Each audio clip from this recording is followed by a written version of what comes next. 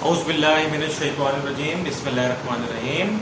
This is Usman Ahmad Mansoor, lecturer in mathematics, Government Postgraduate College, Attak. Today we are going to start the course of tensor analysis. This course is basically a part of compulsory paper of University of Punjab, paper 4, MSc Mathematics Part 1, which is titled as Mechanics. In Mechanics paper, there is a section in which there comes two questions from tensor analysis. So I am going to follow the course of University of Punjab, but as you all people know that the course of University of Punjab normally covers 90% syllabus of all the universities. So I am going to start tensor analysis, and it is going to be a course in itself. Doesn't matter whether you are a student of University of Punjab or not. I am going to take this course in a general way, so you can take these lectures, and before wasting any time, just start the study of tensor analysis. What is a tensor? Roughly speaking, I can't give the abstract definition right now. Roughly speaking, tensor is the generalization of scalar and also the generalization of vector. But we have to wait and see that what kind of generalization is it. So, as always, the book I am going to follow is of Sham's outline, titled as Vector Analysis with an Introduction to Tensor Analysis. At the same time, I would follow the book Vector Analysis and Tensor Analysis by Dr. Nawazish. And last but not the least, I may also follow the book Vector and Tensor Analysis by L.D. Beg, Laldin Beg, the ex-chairman of GC University, Faisalabad. Okay, let's come towards the formal work.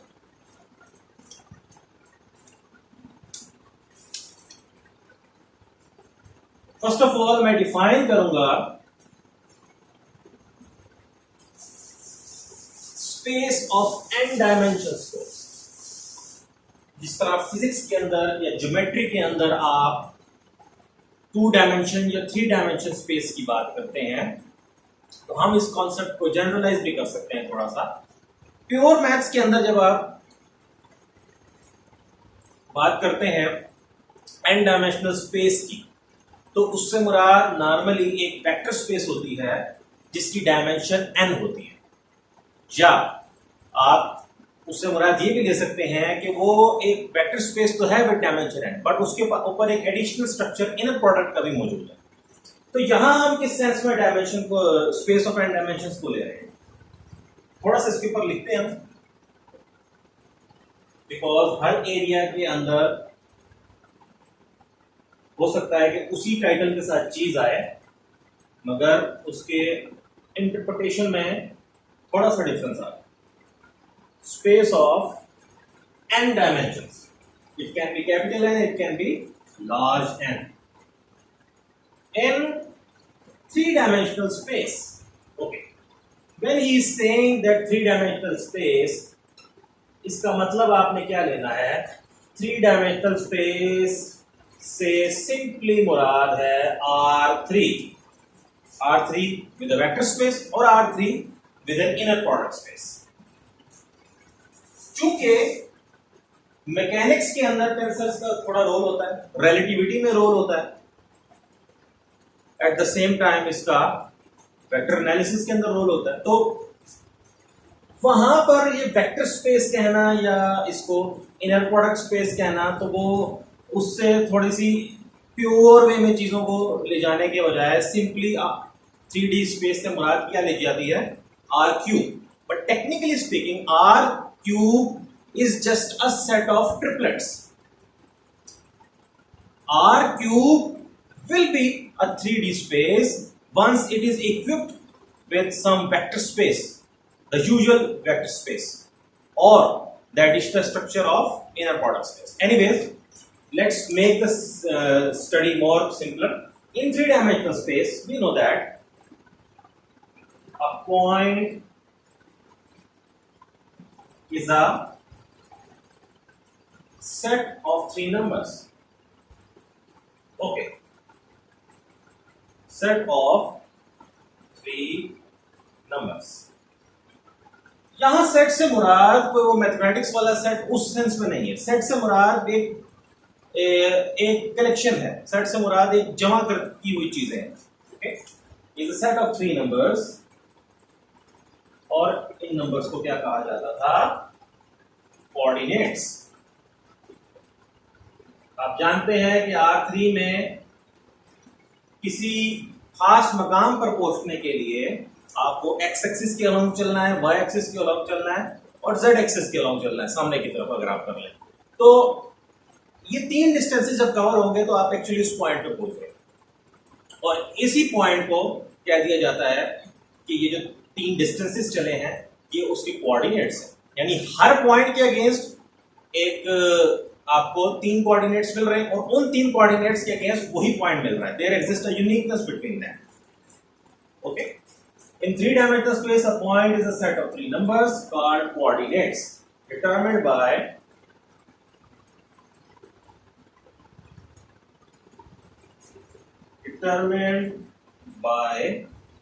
specifying का मतलब क्या होता है? वजाहत करना। specifying a particular coordinate system. Coordinate system को आप frame of reference भी कह सकते हैं। हमारी स्टडी के अंदर आप इसके लिए फ्रेम ऑफ रेफरेंस का वर्ड भी यूज कर सकते हैं। क्या मतलब बना कि 3D स्पेस में जब आप कोई पॉइंट लेते थे तो वो पॉइंट बेसिकली क्या था? Is a set of three numbers, यानी उस पॉइंट के अगेंस्ट आपको तीन नंबर्स मिल रहे थे जिन्हें कोऑर्डिनेट्स कह दिया जाता है। और ये कोऑर्डिनेट्स जो थी तो उनकी वजाहत कहां से होती है? वो डिपेंड करता है कि आपने कौन सा कोऑर्डिनेट सिस्टम चूज किया। अब इस बात का क्या मतलब है, इसको एग्जांपल के थ्रू देखते हैं। For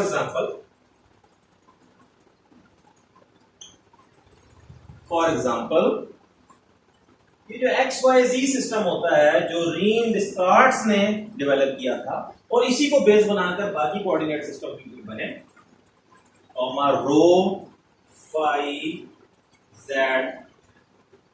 comma r theta phi are coordinates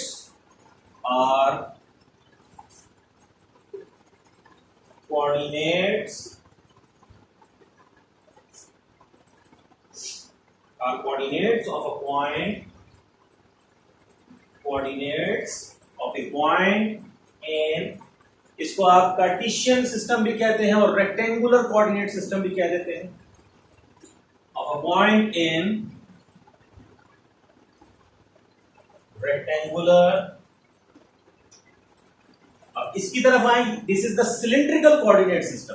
okay, मतलब इसको ही बेस बनाकर ये भी फाइंड किए जाते हैं। रिलेशनशिप आपने कर्वीलिनियर कोऑर्डिनेट्स का चैप्टर जब आपने किया होगा तो वहां पर ये सारी चीजें देखी होंगी इस अंदाज में। Of a point in rectangular, cylindrical, और ये थर्ड वन क्या था? This is spherical. Spherical polar भी बात दफा कह देते हैं। स्फेरिकल कोऑर्डिनेट सिस्टम्स रिस्पेक्टिवली, ठीक है। यानी कि ये किसी पॉइंट के कोऑर्डिनेट्स किस सिस्टम में है? रेक्टेंगुलर सिस्टम में। रेक्टेंगुलर सिस्टम में इसमें सिर्फ एक बता देता हूं क्योंकि वो बहुत सिंपल सा है। This is x axis, y axis, z axis. ये जी एक्सिस ऐसे नहीं है, ये आप जानते हैं अच्छे से, this is towards you. Okay, तो यहां किसी पॉइंट पी तक पहुंचना है आपने, तो what you have to do, अगर इसके कोऑर्डिनेट्स x y z हैं, व्हाट डज इट मीन? या इन कोऑर्डिनेट्स का मतलब क्या है कि पहला कोऑर्डिनेट से मुराद कि पहले एक्सिस के अलोंग उतना चलो, दूसरे कोऑर्डिनेट की जो वैल्यू रखी है उसका मतलब है कि दूसरे कोऑर्डिनेट के लिए के तहत उतना चलो और तीसरे के तहत उतना चलो। तो जब ये काम कर लोगे तो आप इस पॉइंट पे पहुंचोगे। ओके, अब इस सूरत हाल को बेस बनाकर मजीद कोऑर्डिनेट सिस्टम जो है वो क्या किए गए, डेवलप किए गए। For example cylindrical coordinate system और स्फेरिकल पोलर कोऑर्डिनेट सिस्टम। तो इनका एक लिंकेज है आपस में। जब इसको बेस बनाकर ये फाइंड किया गया, इट मींस यहां से यहां आने का कोई तरीकेकार है और फिर यहां से वहां जाने का भी एक तरीकेकार है। यानी कि आप रेक्टेंगुलर सिस्टम से सिलिंड्रिकल सिस्टम में आ सकते हैं एंड फ्रॉम सिलिंड्रिकल सिस्टम से रेक्टेंगुलर सिस्टम में आ सकते हैं। मगर क्वेश्चन इज दिस कि क्यों आ सकते हैं?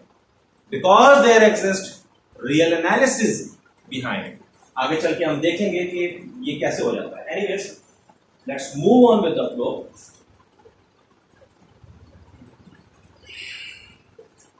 अ पॉइंट 3D के अंदर जब ये चीजें थी तो फिर n डायमेंशनल स्पेस के अंदर भी कोई पॉइंट की वजाहत होनी चाहिए ना। जब 3D स्पेस में ये वजाहत है तो इसी के मुताबिक, इसी एनालॉजी को डेवलप करते हुए आप क्या बात करेंगे? A point in n dimensional space is, again n dimensional space means either a vector space or an inner product space, okay, with dimension n. By the way, what is meant by the dimension of a vector space? Elements, number of elements in the basis of vector space determines the dimension of vector space. A point in n dimensional space is by analogy, analogy मतलब मुशाबिहत, is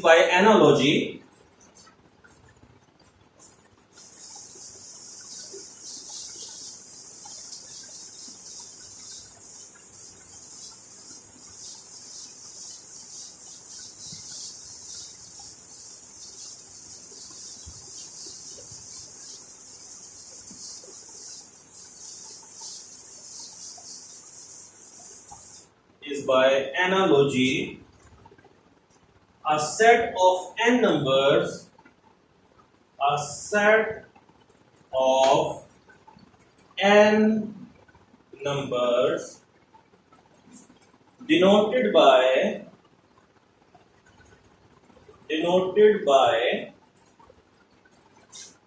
x sub 1. Sub means superscript, okay?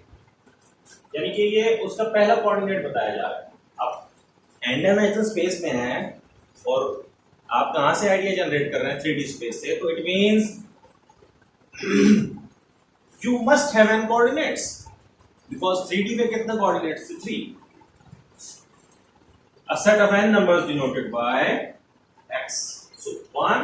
इसको मैं x sub 1 की बजाय अब x1 पढ़ूंगा, x2 पढ़ूंगा, x3 up to xn, where यहां मैं बताता चलूं, क्लियर करता चलूं कि ये 1 to up to n जो है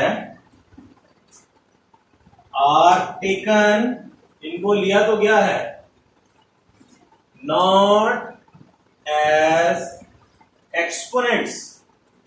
भाई एक्सपोनेंट्स नहीं है, एक्सपोनेंट्स का मतलब तो पावर होता है। ये ऐसा नहीं है कि x का स्केयर हो रहा है, ठीक है? ये नोटेशन है, यानी ये चीज बतला रही है कि ये दूसरा कोऑर्डिनेट है, okay? Are taken not as exponents but as superscripts, जैसे मैंने शुरू में बताया, superscripts, okay?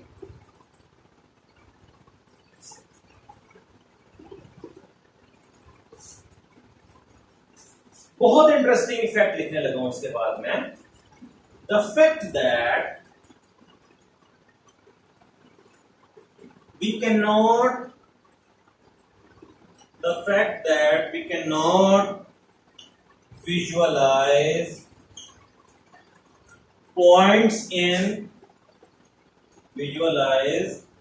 points in spaces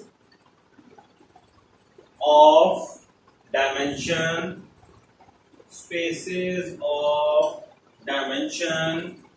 higher than 3, you know your world is 3D space is in 3D space, तो इससे आगे की स्पेसेस को आप देख तो नहीं सकते, मगर मैथमेटिक्स का कमाल क्या है, the fact that we can not visualize points in spaces of dimension higher than 3 has of course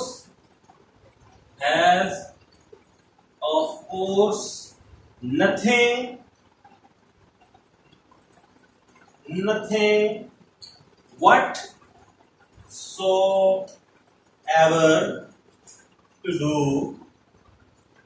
with their existence.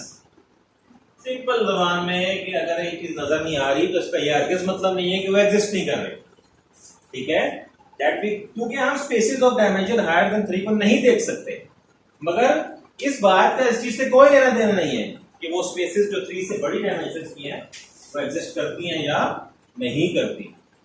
Okay, तो ये डिस्क्रिप्शन थी स्पेस ऑफ एन डायमेंशंस की, या दूसरे लफ्जों में वो तमाम पॉइंट्स जिनकी लोकेशन के लिए n कोऑर्डिनेट्स दरकार हैं. ओके, तो ऐसे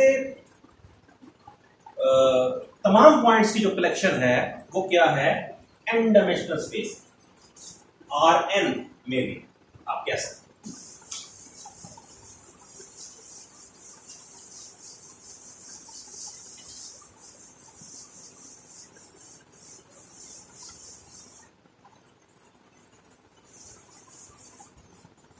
नेक्स्ट इसके बाद हम देखते हैं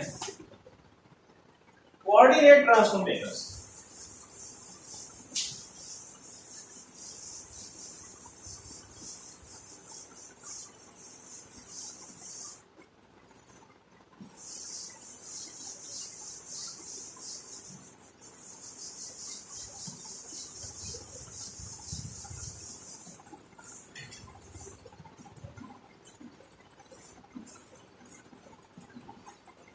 Next topic, may not be the topic, just going with the flow. Coordinate transformation. Okay, what does it means कि एक कोऑर्डिनेट सिस्टम से दूसरे कोऑर्डिनेट सिस्टम में जाने की जो डिस्कशन है, this is informally known as coordinate transformation. Okay, अब देखते हैं. Let x1, x2, xn and x1 बार, मैं इसको नेक्स्ट टाइम में लिख देता हूं, x2 bar up to xn bar be coordinates of a point in two different frames of reference. Frames of reference means मुराद क्या है, कोऑर्डिनेट सिस्टम, यानी कि दो डिफरेंट कोऑर्डिनेट सिस्टम्स के अंदर एक ही पॉइंट के ये कोऑर्डिनेट्स लिखे गए, यानी पहले सिस्टम में ये थे, दूसरे में ये थे. सपोज दैट, फर्ज करें, क्योंकि डिस्कशन को आगे बढ़ाने के लिए कुछ ना कुछ फर्ज करना जरूरी है. There exist n independent relations,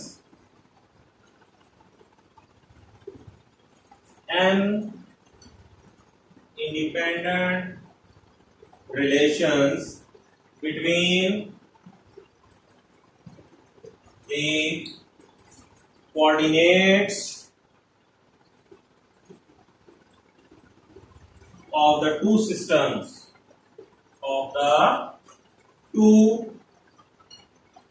systems having the form, having the form. Okay, क्या कह रहा है? कहता है कि एक ही पॉइंट के ये दो कोऑर्डिनेट्स हैं, एक ही पॉइंट के ये दो जो है ना वो सेट ऑफ कोऑर्डिनेट्स उसके अंदर हैं, ओके, दो डिफरेंट फ्रेम्स ऑफ रेफरेंस में, यानी एक ही पॉइंट पहले कोऑर्डिनेट सिस्टम में इसके थ्रू स्पेसिफाई हो रहा है और दूसरे में इसके थ्रू स्पेसिफाई हो रहा है. ओके, कहता है कि सपोज करें, क्योंकि ये n कोऑर्डिनेट्स है, कहता है कि n इंडिपेंडेंट रिलेशंस, यानी इंडिपेंडेंट रिलेशन मींस कि वो एक दूसरे पे डिपेंड नहीं कर रहे रिलेशंस, ठीक है, n इंडिपेंडेंट रिलेशंस एग्जिस्ट कर रहे हैं इन दोनों सिस्टम्स में के अंदर पाए जाने वाले कोऑर्डिनेट्स के माबैन, ठीक है, और उनकी फॉर्म क्या है? Having the form. फॉर्म ये है कि ये जो x1 बार है, ठीक हो गया, ये डिपेंड कर रहा है x1, x2 up to xn पे, यानी कि x1 bar is a function of these n variables. Variables ही है ना, क्योंकि अभी तक तो नहीं पता क्या है. ओके, यानी कि पहले सिस्टम के अंदर उस पॉइंट के जो कोऑर्डिनेट्स थे, ठीक है, दूसरे सिस्टम में जो पहला कोऑर्डिनेट है वो फंक्शन है उन तमाम वेरिएबल्स का.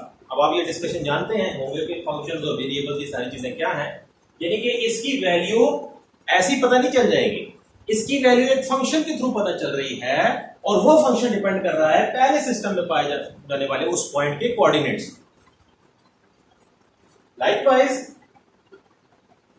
x2 bar is also a function of x1, x2, xn.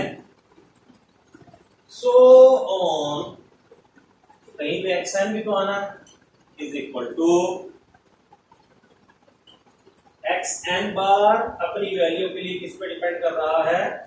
x1, x2, यानी कि ये n फंक्शंस एग्जिस्ट कर रहे हैं. ठीक हो गया? रिलेशंस उससे फिलहाल दावा या अभी चल कर देखते हैं.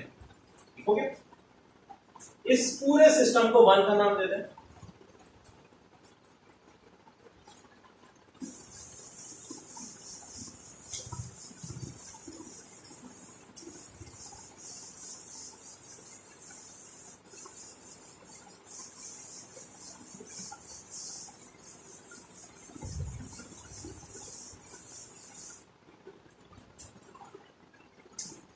कहता है कि ये n इक्वेशंस हैं which can be which we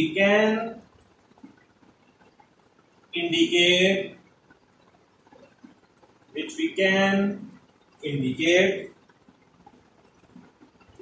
briefly by what? X bar k, which is equals to x bar k, जो कि अपनी वैल्यू के लिए डिपेंड कर रहा है x1, x2 up to xn के ऊपर. ठीक है, अब k जो लिखा है जनरली यूज किया है, यानी k कहां से कहां तक मूव करेगा. देखिए n इक्वेशंस यहां 1 2 अप टू n, मैंने उन सबको एक उस पूरे सिस्टम को एक इक्वेशन में लिखने की कोशिश. अब k पे फिर कोई वेरिएशन डालनी पड़ेगी ना, यानी k1 भी होगा तो ये मिलेगा, जब k2 होगा तो ये मिलेगा, एंड करते करते आपको सोन kn होगा तो आपको लास्ट इक्वेशन मिल जाएगी. ओके, तो ये हमने उस पूरी चीज को श्रिंक करके यहां पर ले लिया और इसको आप 2 का नाम दे दें. दिस इज 2 वेयर it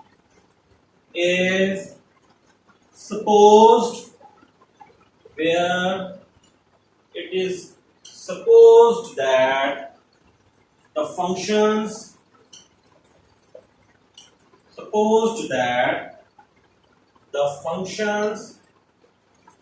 ये सारे फंक्शंस हैं, ठीक है, involved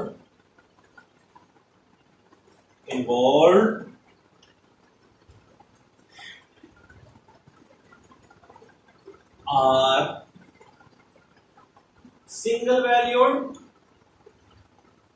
single valued, continuous.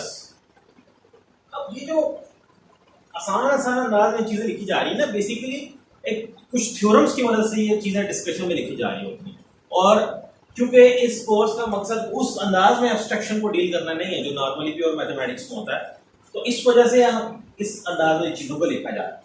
And have continuous derivatives.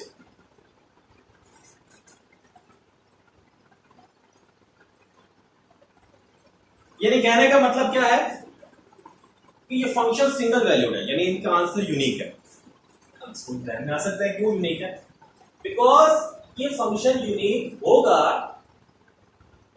तो तभी तो आपको x1 बार की यूनिक वैल्यू मिलेगी इन तमाम पॉइंट्स के ऊपर।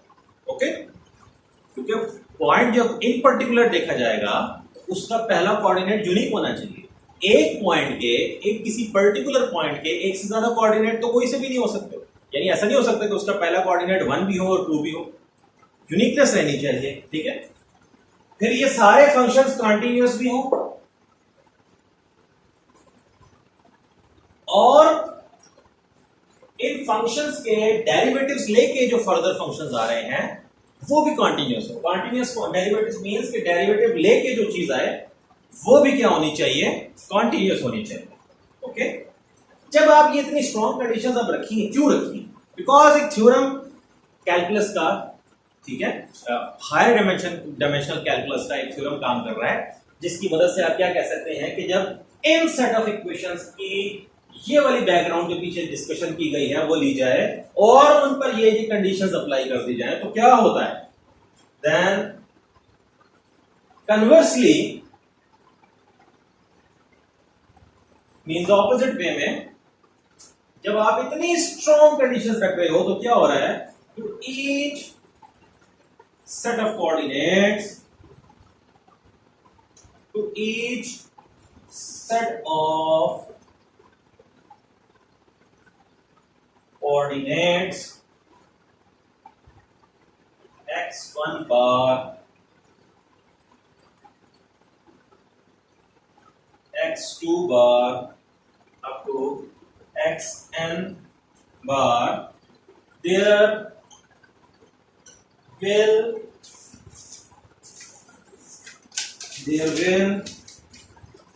correspond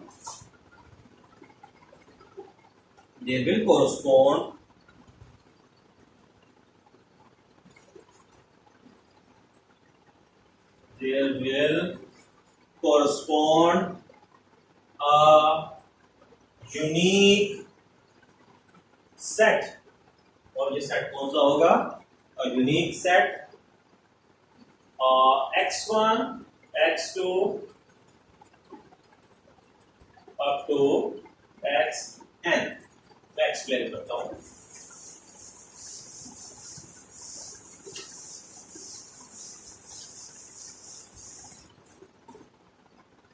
गिवन बाय, पूरी बात लिख के मैं एक्सप्लेन करता हूं। Given by x1 is equal to x1 of x1 bar, x2 bar up to xn bar.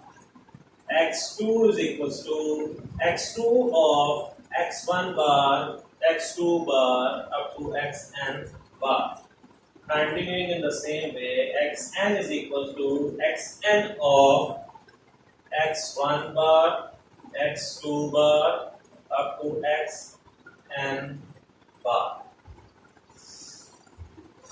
और ब्रीफली इस तरह पीछे हमने किया था, ब्रीफली वी may write,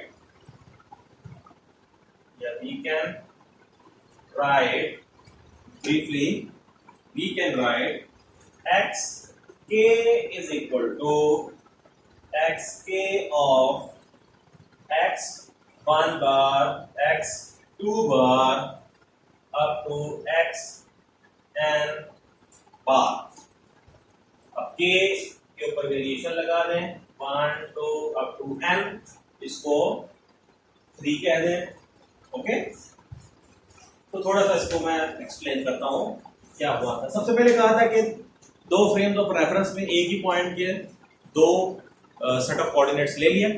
पहले सेट ऑफ कोऑर्डिनेट्स में x1 x2 up to xn कर दिया, दूसरे के अंदर x1 bar x2 bar up to xn bar assign कर दिया। तो ये दो डिफरेंट कोऑर्डिनेट सिस्टम्स में एक ही पॉइंट के दो सेट ऑफ कोऑर्डिनेट्स आ गए। ओके, देन हमने क्या कहा कि सपोज किया कि n इंडिपेंडेंट रिलेशन एग्जिस्ट कर रहे हैं जिसमें दूसरे पॉइंट के अंदर, दूसरे रेफरेंस सिस्टम के अंदर जो कोऑर्डिनेट्स मौजूद हैं उस पॉइंट के, वो अपनी वैल्यूज के लिए डिपेंड कर रहे हैं through some function on the coordinates of the point in first reference system. Okay, और वो मैंने लिख के बताया था जिसकी शॉर्ट फॉर्म क्या थी, ये। फिर हमने इन फंक्शंस के ऊपर स्ट्रॉन्ग किस्म की कंडीशंस ली। वो स्ट्रॉन्ग किस्म की कंडीशंस कौन सी थी कि these functions must be single value, यानी they must possess a unique answer, continuous, as you all know what is continuity, कि पॉइंट पे लिमिटिंग वैल्यू और एक्चुअल वैल्यू उस फंक्शन की बराबर हो जाए, और फर्दर डेरिवेटिव्स लेके जो फंक्शंस आ रहे हैं they must also be continuous। तो ये कंडीशंस जब रखी गई और एक थ्योरम बैकग्राउंड पे जो था वो कर रहा था काम, तो वो कहता है कि जब आप इन सेट ऑफ फंक्शंस पे ये कंडीशन रखते हो तो जवाबन आपको कन्वर्सली मतलब कि ऑपोजिट वे में आपको क्या मिलता है। वो कहता है कि अगर दूसरे सिस्टम के कोऑर्डिनेट्स अपनी वैल्यू के लिए पहले सिस्टम के कोऑर्डिनेट्स पे डिपेंड कर रहे थे थ्रू सम फंक्शन, तो यहां से आप अदरवाइज भी बात कर सकते हो, यानी कि आप पहले सिस्टम के जो कोऑर्डिनेट्स थे वो भी थ्रू सम फंक्शन एक्सप्रेसेबल हैं depending upon the coordinates of second system. Okay, फायदा क्या है सब डिस्कशन का कि जब दूसरे सिस्टम से पहले में जाने का रास्ता मुहैया था तो वो रास्ता फंक्शंस वाला था, और उन पे ये स्ट्रॉन्ग कंडीशंस लगाकर आपने क्या किया, वहां से इधर आने का भी रास्ता ढूंढ लिया। यानी पहले सिर्फ आप इधर से इधर आ रहे थे, तो इस सोर्स पे, इस पाथ पे आपने कुछ स्ट्रॉन्ग किस्म की कंडीशंस रख ली, तो through the virtue of those strong conditions you can now move towards this way. Okay, first you were coming towards this, then applying certain conditions you have the ability to come towards this, और उसको हमने इस form में लिख दिया। ठीक है, तो पता चला कि फिर सिनेरियो ये है कि ये तो ट्रांसफॉर्मेशन ऑफ कोऑर्डिनेट्स हो रही है, यानी एक कोऑर्डिनेट से दूसरे में आप जा रहे हो, दूसरे से पहले में आप आ रहे हो।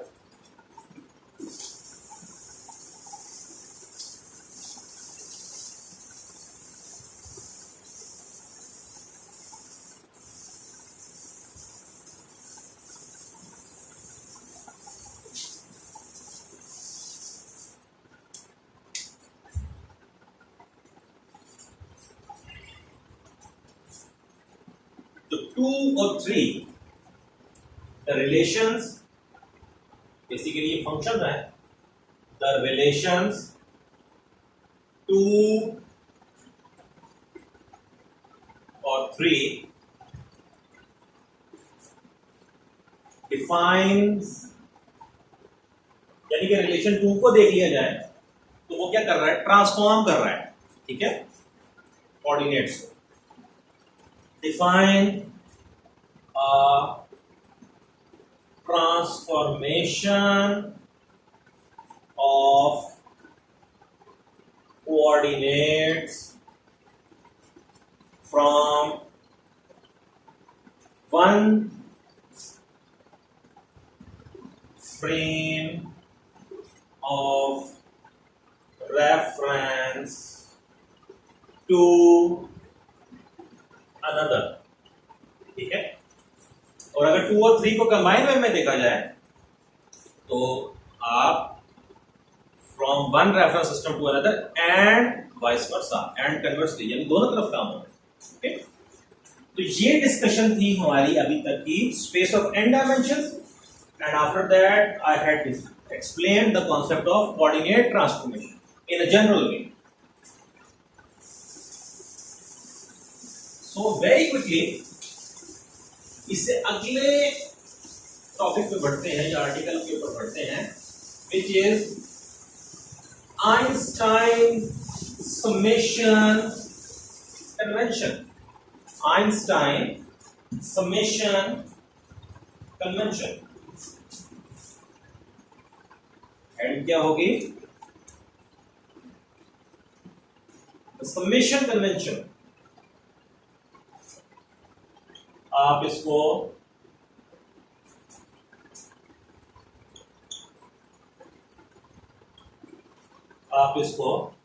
आइंस्टाइन समेशन कन्वेंशन भी कह सकते हैं। तो थोड़ा सा एग्जांपल के थ्रू बताता हूं कि ये क्या चीज है। वेरी सिंपल, बेसिकली टेंसर का काम बहुत लंबे चौड़े एक्सप्रेशंस को श्रिंक करके लिखना है सादा लफ्जों में। तो देखते हैं हम उस चीज के बारे में पढ़ रहे हैं या नहीं। In writing an expression such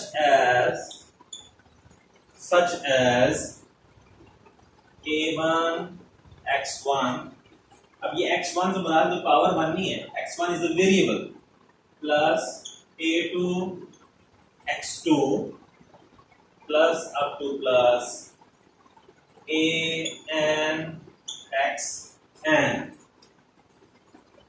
We can use the short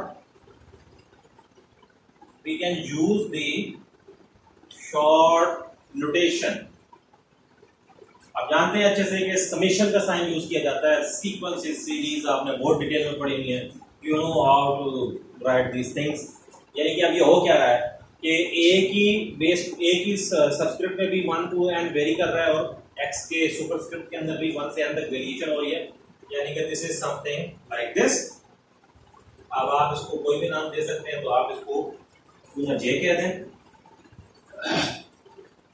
और अब ये जे के ऊपर वेरिएशन है 1 से n तक। यानी कि जे को 1 से n तक चलाते जाओ और जो जो टर्म मिलती जा रही है सबको ऐड करते जाओ। यानी इसका यही मतलब है। तो अभी तक तो कोई नई चीज नहीं आई। समेशन कन्वेंशन के अंदर देखते हैं एंड इवन शॉर्टर नोटेशन, कहता है इससे भी ज्यादा शॉर्टर नोटेशन की बात की गई है। And even shorter notation is simply, कहता है इससे भी ज्यादा शॉर्ट नोटेशन क्या है, is simply to write it as a sub j x sub j। और यहां पर क्या कन्वेंशन अडॉप्ट की गई है? Convention means revise, where we adopt the convention, where we adopt the convention that whenever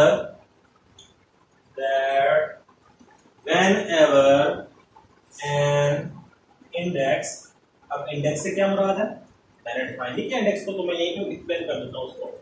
index means subscript और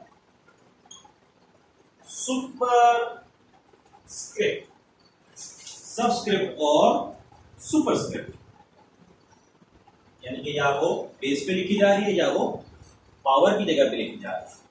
is repeated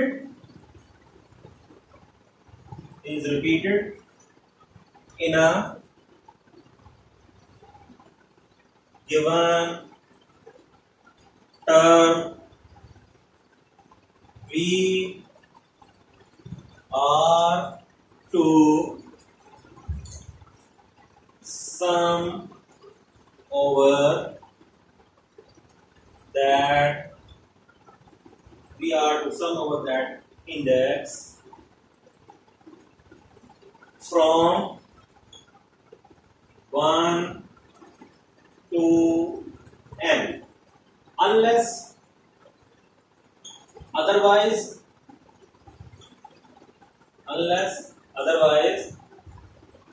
specified, this is called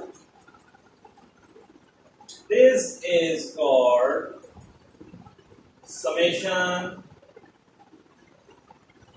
convention or Einstein summation convention। summation convention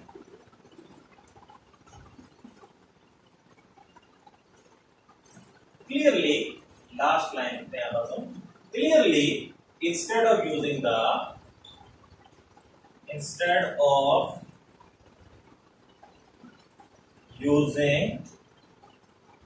index j हमने use की थी, we could have used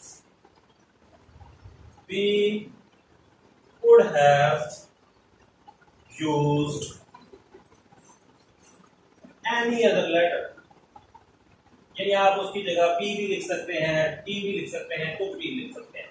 और फिर ये अगर p होगा तो ये कैसे लिखा जाएगा, a sub p x sub p and so on, जो भी आ सकता है आपके पास। Okay, so this is the definition of summation convention. तो थोड़ा सा इसको एक्सप्लेन कर लेते हैं। शुरू में क्या लिखा कि ये जो सम्स लिखे जाते थे बड़े लंबी चौड़ी टर्म्स के, मिसाल के तौर पे 100 टर्म्स ऐड अप हो रही हैं, तो उनको शॉर्ट वे में लिखने के लिए कन्वेंशन निकाली गई, ठीक है, समेशन के अंदर लिखा गया। इससे भी ज्यादा एक शॉर्ट काम क्या किया गया कि उसने कहा कि आप इस समेशन को रिमूव कर दो। अब समेशन रिमूव होगी, समेशन तो किसी इंडेक्स के ऊपर होती, ठीक है, यानी जैसे यहां पर ये आपकी इंडेक्स है ना, जिसके ऊपर वेरिएशन आ रही है, जिसके तहत चीजें सम अप हो रही हैं। ओके, उसने कहा कि सिंपली आप इस समेशन के साइन को रिमूव कर दो। Where we adopt the convention, जब आपने यहां से रिमूव कर दिया तो फिर कन्वेंशन, अब ऑब्वियसली बात है आप इसके और इसके सेम मीनिंग्स ले रहे हैं और उसके साइन को डिस्टर्ब कर रहे हैं, तो इसका मतलब फिर कोई कन्वेंशन बतानी चाहिए, फिर कोई असूल बताना चाहिए कि जब भी ये लिखा हुआ हो तो लोगों के माइंड में वो असूल आ जाए। ठीक है, वो क्या है, दैट व्हेनेवर एन इंडेक्स, जब भी कोई इंडेक्स, चाहे वो सबस्क्रिप्ट में हो या सुपरस्क्रिप्ट में हो, ठीक है, वो रिपीट हो रही हो किसी टर्म के अंदर, जैसे जे है, अब ये एक बार सुपरस्क्रिप्ट में आ रहा है और एक बार सबस्क्रिप्ट में आ रहा है, मगर ये रिपीट हो रहा है, यानी कि 2 बार जब आपको एक इंडेक्स मिल रही है, ठीक है, और इंडेक्स से मुराद क्या है, वो सुपरस्क्रिप्ट भी हो सकती है और सबस्क्रिप्ट भी हो सकती है।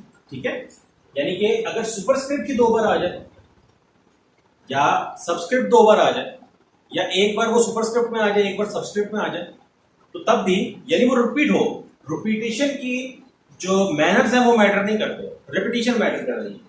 जब वो रिपीट हो रहे हैं गिवन टर्म के अंदर, तो हम उस इंडेक्स के ऊपर सम कर रहे हैं, कहां से कहां तक, 1 से n तक, यानी कि यहां पर j है तो j पे सम हो रहा है 1 से n तक, यानी it means a1 x1 plus a2 x2 plus up to an xn unless otherwise specified, यानी कि जब तक ऐसा एक्सप्रेशन लिखकर खुद से कुछ और स्पेसिफाई ना किया जाए, तब तक आप इस बात का जो मतलब लेते हो वही है जो इस कन्वेंशन के अंदर लिखा हुआ है, अनलेस अदरवाइज स्पेसिफाइड का ये मीनिंग है।